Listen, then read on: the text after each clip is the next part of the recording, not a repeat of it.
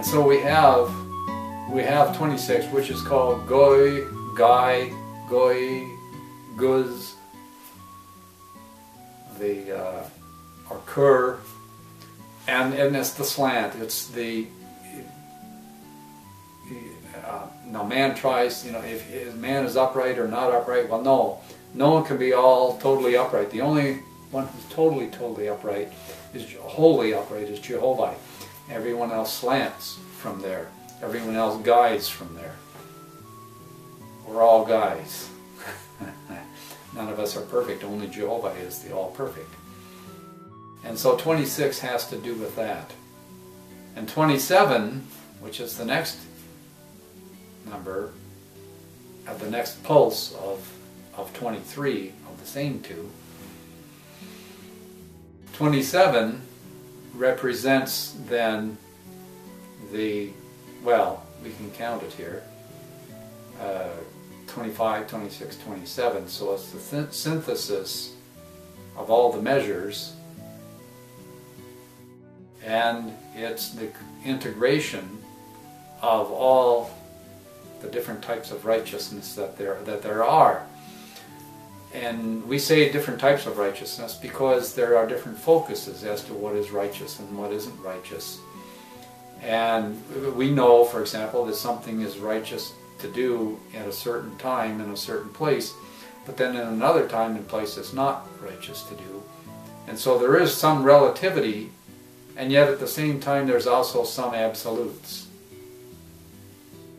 And one of the absolutes is that there absolutely is an all-person of the Creator of the universe. Now we'll all come to that eventually, but many people are not there yet, and they're moving toward it. And so some people need idols to help them to perceive what the all highest is. That's part of the goods, part of the goy, part of the goy.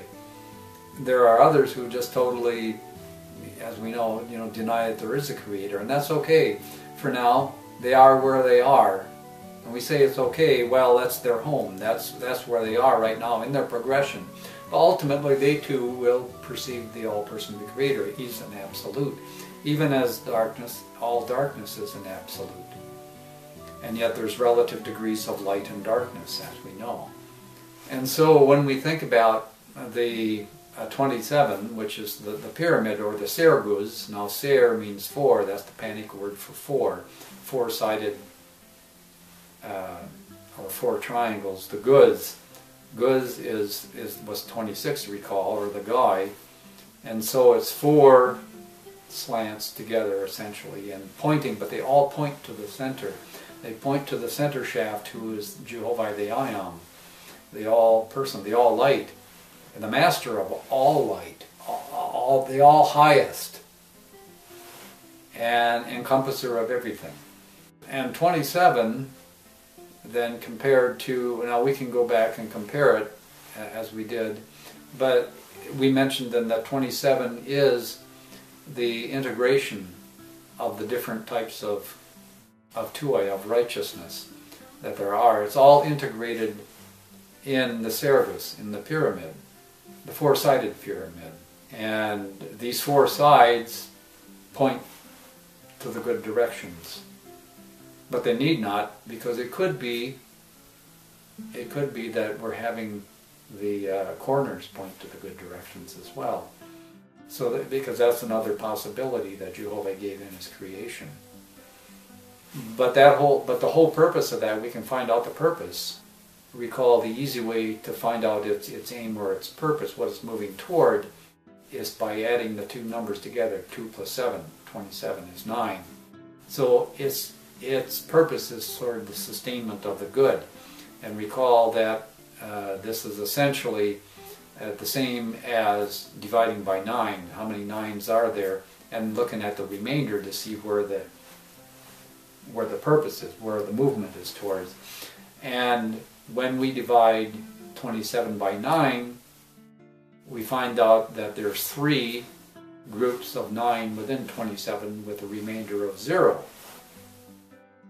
Which means then that the 9 is moving toward itself, toward completion.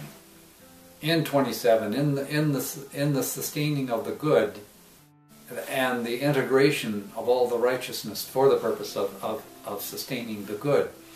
And note also that at the Sergus, at the triangle, it's a square. It's a tuoi, it's a fuoi at the base. And as you go up, the tuoi keeps shrinking. Gets more and more sublime, we could say, more and more subtle, even as when you climb up the pyramid, up the steps, up the Dahai, up the being a Dagani, and climbing up, and we reach to loftier altitude. It's more rarefied, it's higher. This also means that it's more subtle.